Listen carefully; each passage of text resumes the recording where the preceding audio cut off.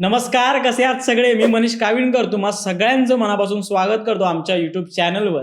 आजच्या भागात आपण प्रसिद्ध रशियन लेखक अँटॉन चेखॉव यांच्या लिहिलेल्या प्रसिद्ध कथांच्या संग्रहित मराठी अनुवादित एका पुस्तकाबद्दल जाणून घेणार आहोत. मराठी वाचकांना अँटॉन चेखॉव यांच्याबद्दल कदाचित फार काही माहीत नसेल, त्यामुळे आम्ही आमच्या साहित्य कार्ट या कार्यक्रमात त्यांच्या माहितीचा संपूर्ण भाग आमच्या चॅनलवर टाकलेला आहे. जर तुम्ही पाहिला नसेल तर त्याची लिंक खाली डिस्क्रिप्शन मध्ये मिळून जाईल. हा भाग पूर्ण पाहून झाल्यानंतर तुम्ही तो देखील भाग पाहू शकता. चला तर मग आणखी वेळ न वाया घालवता लगेच सुरुवात करूया आजच्या भागाला, ज्याचं नाव आहे पुस्तकालय प्रेझेंट्स पुस्तकांची सहल. आज आपण ज्या पुस्तकाबद्दल जाणून घेणार आहोत त्या पुस्तकाचं नाव आहे रादुगा. या पुस्तकात आपल्याला अँटॉन चेखॉव यांच्या काही रशियन निवडक कथा आपल्याला पाहायला मिळतात. या कथांचं मराठीमध्ये अनुवाद म्हणजेच भाषांतर केलं आहे इर्शाद वडगावकर यांनी. तर या पुस्तकाचे प्रकाशन आपल्या समोर सादर केलं आहे डायमंड पब्लिकेशन्स यांनी. सुरुवात करूया आजच्या पुस्तकाच्या नावावरूनच. रादुगा नाव ऐकण्यासाठी थोडं विचित्र वाटतं, कारण आपल्यासारख्या मराठी वाचकांना अशा शब्दांची सवय नसते. पण पुस्तकाला हे नाव देण्यामागची मजा समजली की गंमत वाटते. रादुगा या शब्दाचा अर्थ इंग्रजीत रेनबो होतो, म्हणजेच इंद्रधनुष्य. आता तुम्हाला देखील माझ्यासारखाच प्रश्न पडला असेल की इंद्रधनुष्याचा आणि ह्या कथांचा काय संबंध. तर संबंध असा आहे की अँटॉन चेखॉव यांच्या लिखाणात आपल्याला माणसावर आणि त्यांच्या जीवनावर आधारित कथा खूप आढळतात. सामान्य माणूस कसा आहे, एकंदरीत मानव ही प्रजाती कशी आहे, हे त्यांच्या लिखाणात आपल्याला बारकाईने पाहायला मिळतात. माणसांच्या आयुष्यातील रंग अचूक ओळखून त्यांनी त्यांच्या कथेत भरलेले आहेत. आणि इंद्रधनुष्य देखील तसंच रंगबिरंगी असतं. म्हणून कदाचित या पुस्तकाला रादुगा हे नाव दिलं असावं. आपल्याला ह्या पुस्तकाच्या मुखपृष्ठावर देखील असेच वेगवेगळे रंग पाहायला मिळतात, अँटॉन चेखॉव यांच्या चित्रासहित. पुस्तकाबद्दल जाणून घेण्याआधी आपण त्या पुस्तकाच्या लेखकाबद्दल जाणून घेतो. पण अँटॉन चेखॉव यांच्याबद्दल आम्ही एक वेगळा भाग बनवलेला आहे, त्यामुळे आपण थोडं या पुस्तकाच्या अनुवादकाबद्दल जाणून घेऊया.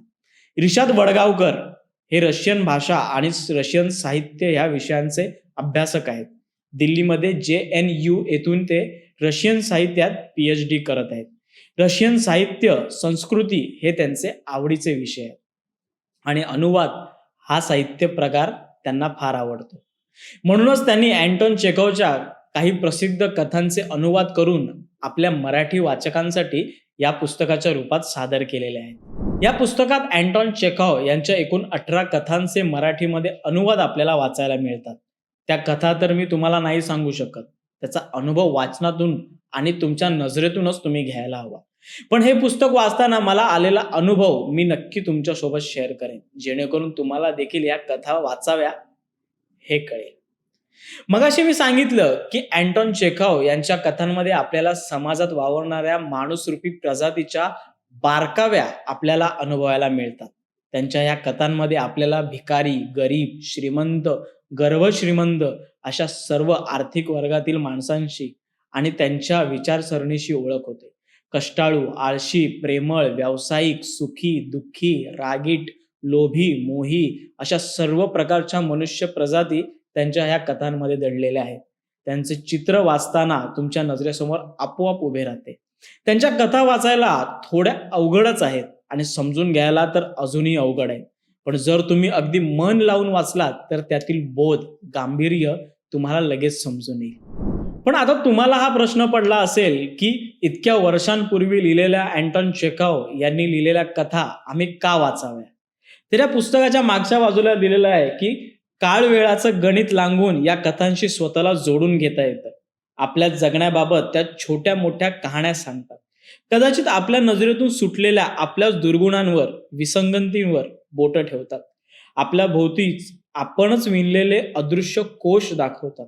अगदी हलक्या फुलक्या विनोदापासून जगण्यातल्या महत्वाच्या प्रश्नांवर तत्वज्ञानात्मक गंभीर भाष्य करणारा चेखॉव या कथांमधून आपल्यापर्यंत पोहोचत जातो. माणसांच्या गोष्टी हा त्याच्या कथांचा आत्मा आहे. म्हणूनच त्या वाचताना चेखॉवची मानवी जीवनाबद्दलची सर्वत्र व्यापून राहिलेली कलात्मक जाणीव वाचकाला होत राहते. तर मग कसा वाटला आजचा भाग? आशा करतो की नक्कीच आवडला असेल. तर मग वाट कसली बघताय? खाली या पुस्तकाची लिंक दिलेली आहे, त्यावर क्लिक करून तुम्ही हे पुस्तक मागवू शकता.